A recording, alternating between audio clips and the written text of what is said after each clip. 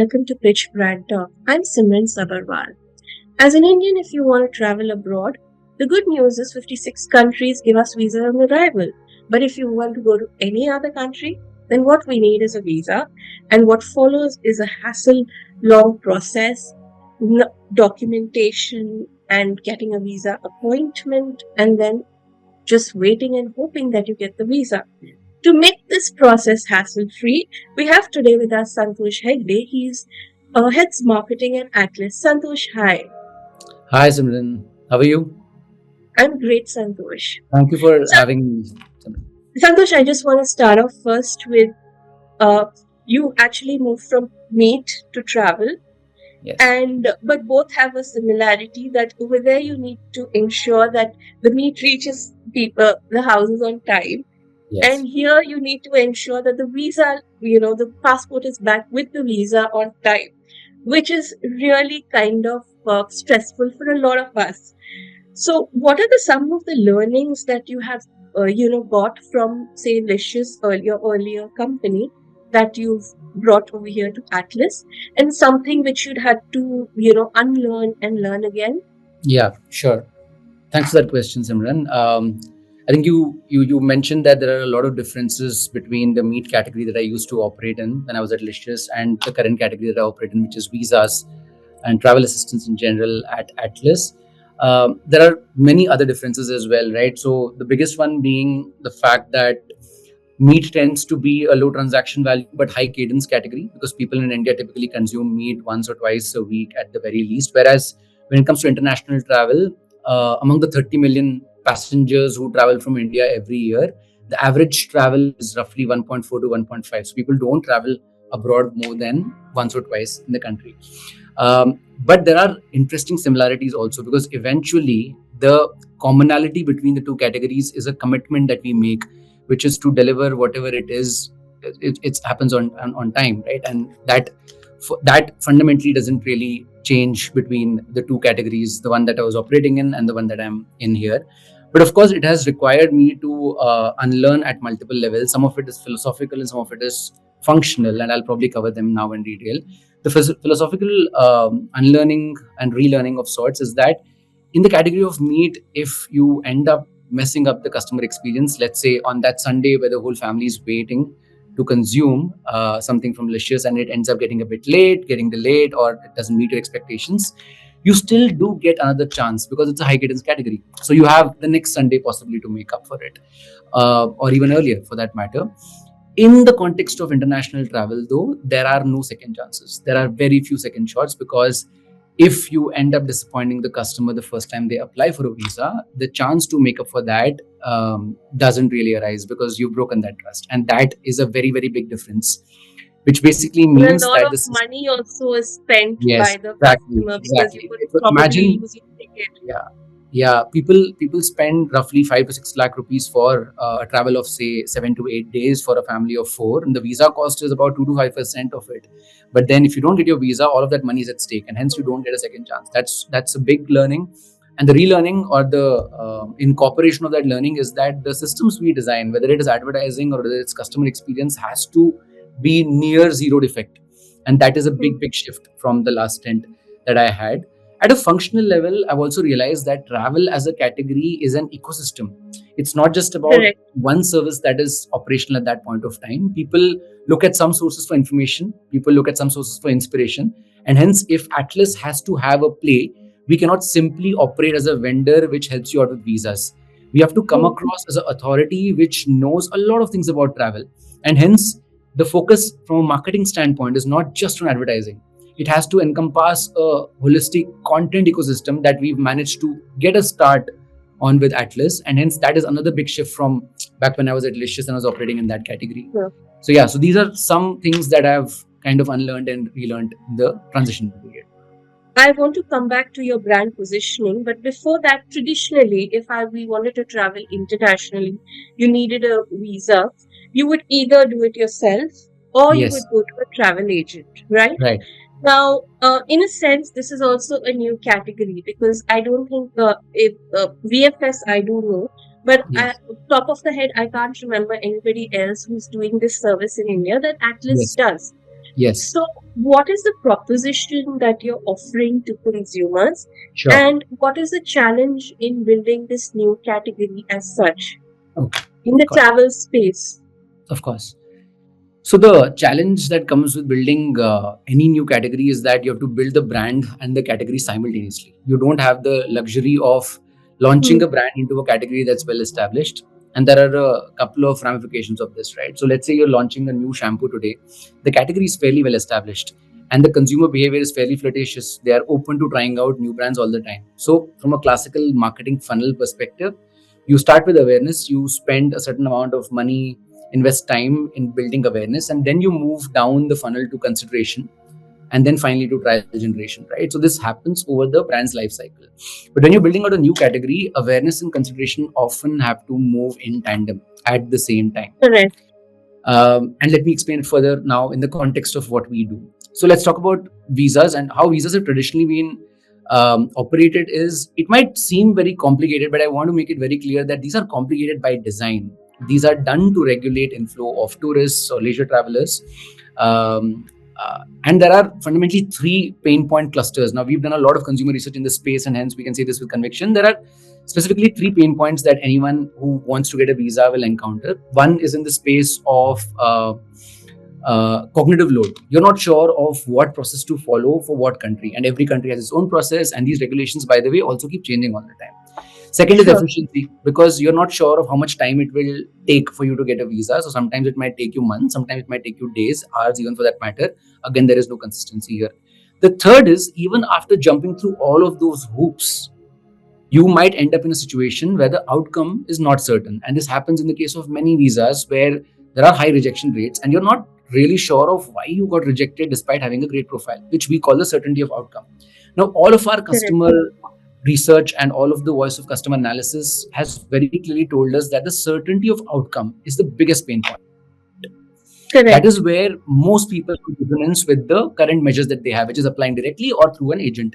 And that's why Hmm, Atlys's proposition is on time or on us. We assure you certainty. We give you a timestamp, a specific timestamp by which you would get the visa for the country you're applying. And in case, in the rare instance, we are not able to do that, we refund your entire money.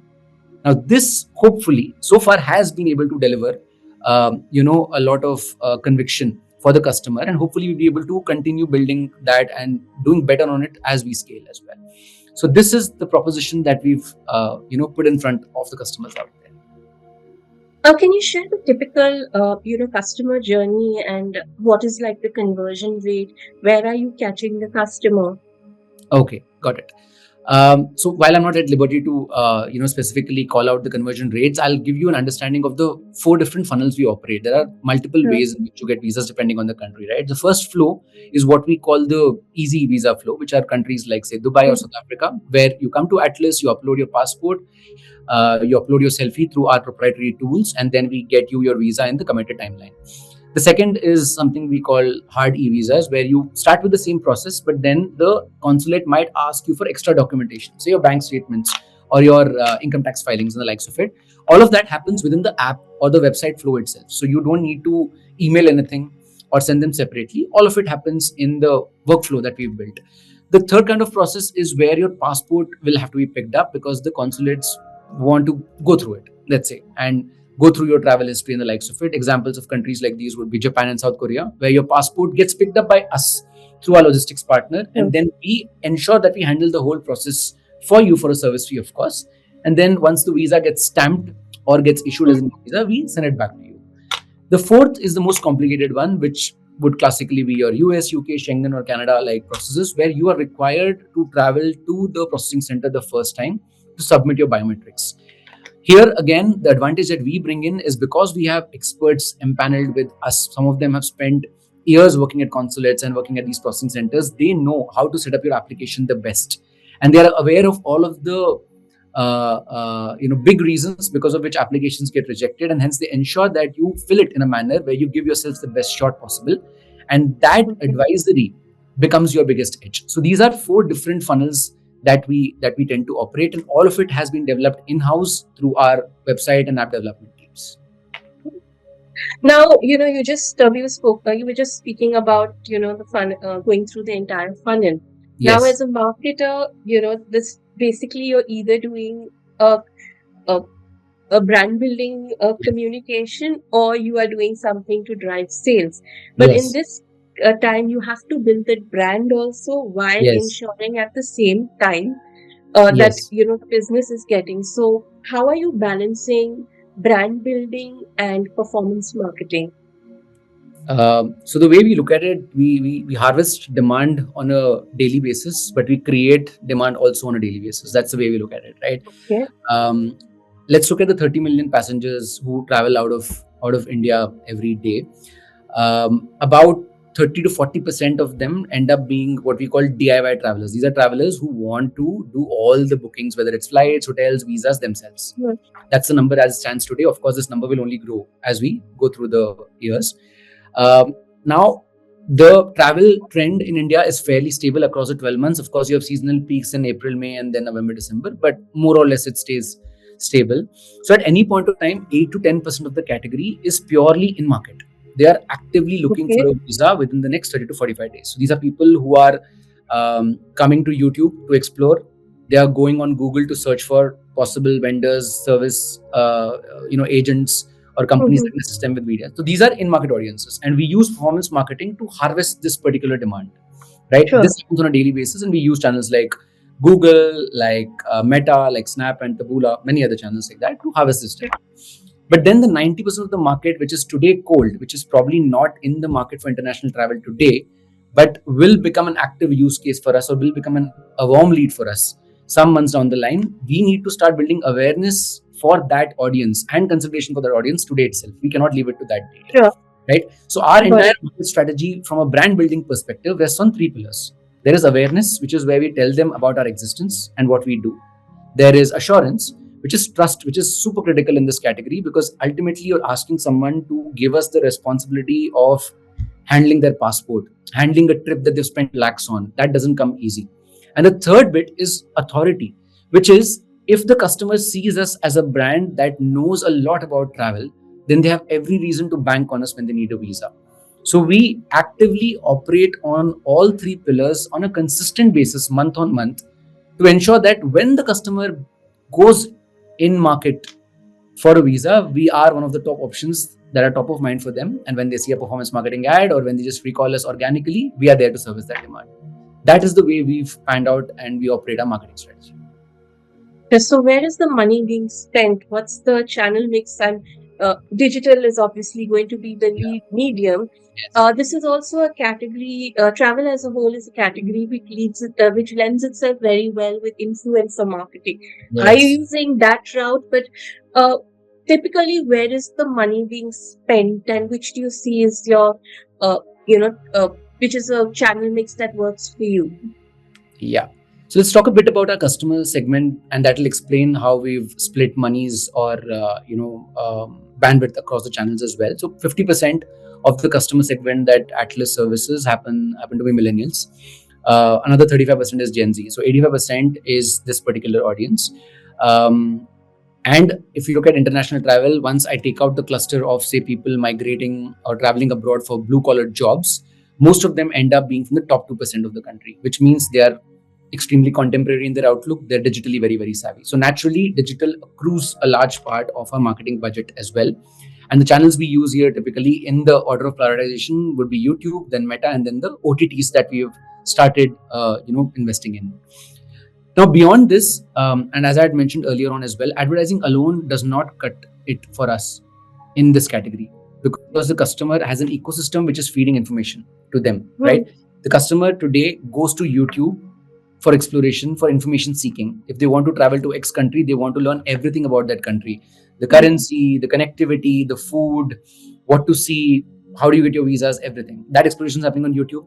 And then they go to Instagram for inspiration, which is where Correct. they want those videos, which builds a lot of wanderlust within them.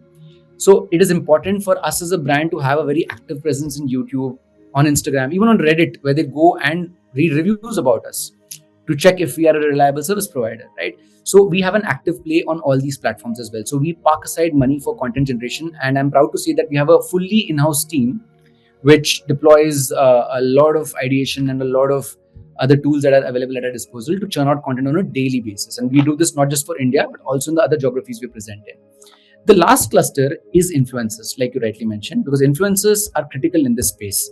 I think food and travel are two categories that have fundamentally helped the influencer and social media space really boom, especially in a market like India. And in travel also, depending on the region you are in, depending on the customer segment you are, depending on whether you're traveling for leisure, whether you're traveling for studies, whether you're traveling for business, you have influencers across the spectrum.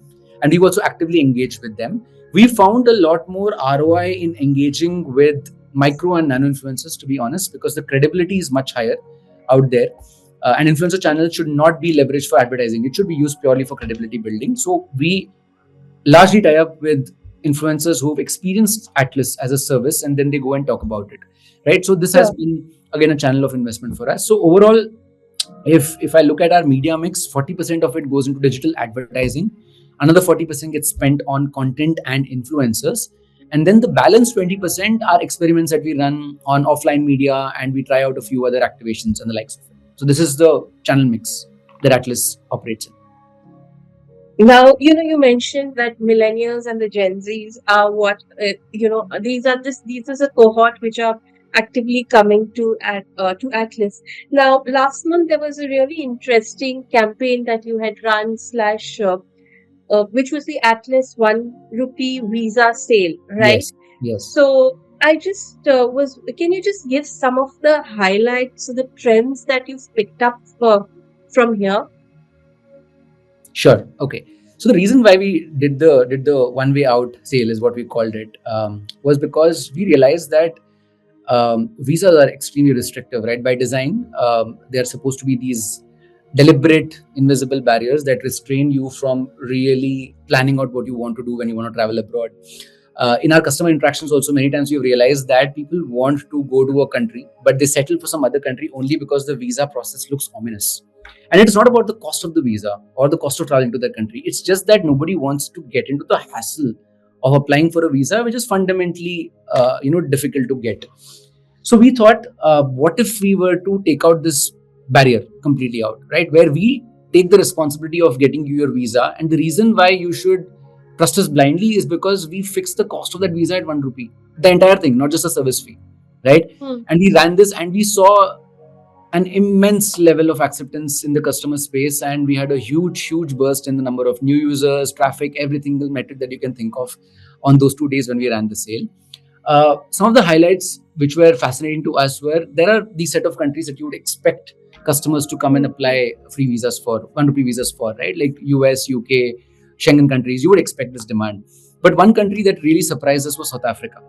Now, South Africa is always, it's one of my favorite destinations personally as well. But, we were all very surprised by the fact that there was a huge demand for that particular destination during the sale event, which tells us that there are many of these countries which we don't tend to estimate demand accurately for in the business as usual mode, but these sale events often tell us where the customer really wants to travel to as well, right? The other interesting thing that popped up was the acceptance we saw from tier 2 and tier 3 cities, right? Surat, Chandigarh, Jaipur, these are typically not the first cities that come to your mind when you think of international travel. You would expect it to be from the Delhi, Bombay, Bangalore, Chennai, Hyderabad, Pune's of the world. But the reality is, yes, of course, we did find a lot of interest there also. But the fact that the aspiration for international travel exists in even smaller cities which don't really have that level of international connectivity was very surprising to us. And when we dug deeper into this data, we realized that the cost of acquiring a customer in these smaller cities happens to be lower than what it costs us in the bigger cities. So that was another interesting revelation for us when we went down that rabbit hole. So Okay. these are some interesting trends that came to the fore only because we did that event. On a normal day, it's very easy to miss out these trends in the rigmarole of Sure. chasing growth from the centers that we typically bank on growth for. So these are some interesting highlights that sort of popped up when we did our post analysis on the event that we had executed last month. So, what are the biggest markets? And you mentioned, that you were surprised that a lot of travel is originating from the smaller towns. Yes. What's the kind of mix, say, metros tier one versus the smaller towns? If Yeah. kind of Yeah. give it. Yeah. I'll be happy to share that. So we operate in three city segments. So we call them the top seven, which includes Mm, the metros. Then there is the next 14, and then the rest of the country. So top sure. seven in the normal run of business contribute about 50% of the visas for us. Yeah. Now the other 50% then comes from a very very long tail. And whenever we go through this data, we always end up discovering a new town every time we run this analysis, which Correct. surprises us. And we speak of the kind of aspiration that's blooming in every single part of this country now, where international travel is not as prohibitive as it seemed to be. You would expect that a city which has a direct flight to a particular destination would naturally see a lot of traction, but then people are absolutely comfortable traveling maybe half a day to go to the nearest international airport and then flying out from there. And Sure. services and brands like Atlys make it easy, because in smaller towns it's even more difficult to get access to someone who can process your visa. You Correct. don't have agents. Agents typically are, they Sub typically agents. sprung up.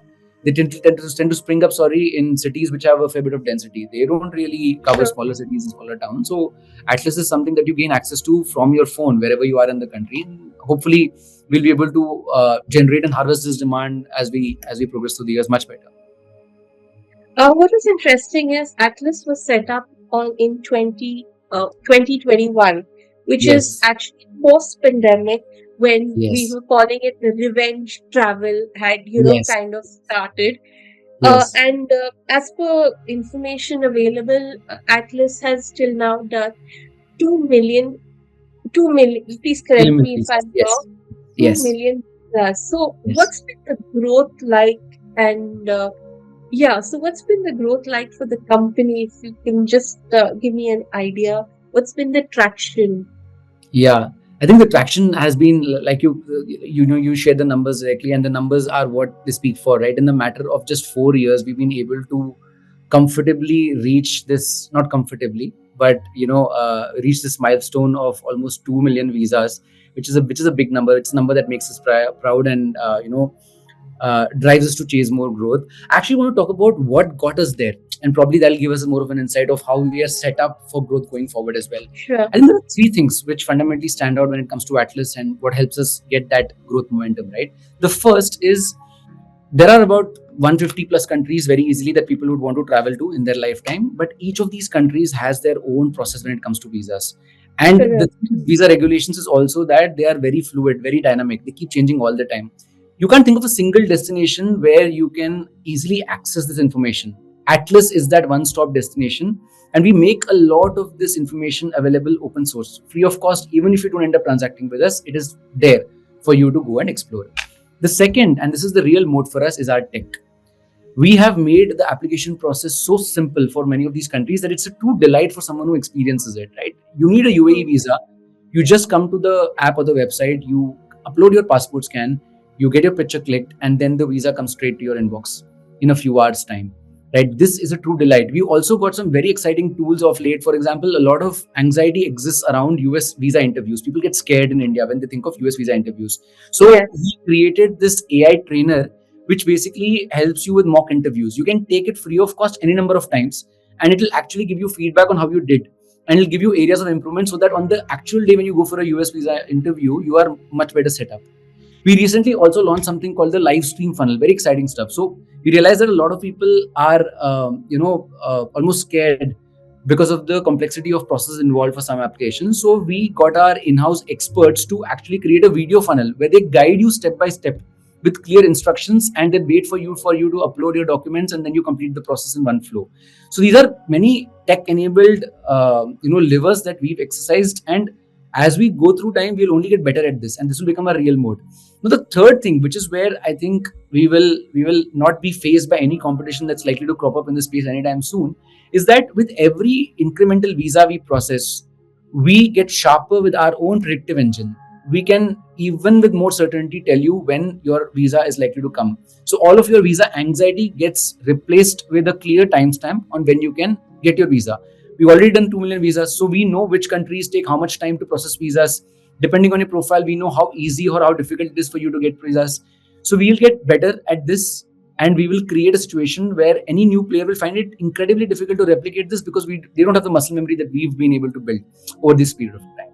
So with these three things put together, we've actually reported about 20x growth last year when we published our numbers, right? And we'll only go from strength to strength as we continue to exist and continue to thrive. So that has been the reason why the growth momentum has been what it is and what will likely continue to be. The mock interview is very interesting because I don't know how my algorithm keeps throwing up. There's a lot of articles now because of the new administration in US. Like, my visa got rejected. I got Yeah. my visa, 3 questions, and my visa got rejected. So that's Yes. interesting. But if can you give me what are your targets for this year? We are halfway through 2025. Any targets if you could tell us? So we take targets in terms of the markets that we intend to expand into, and the kind of customer segments we want to add on, right?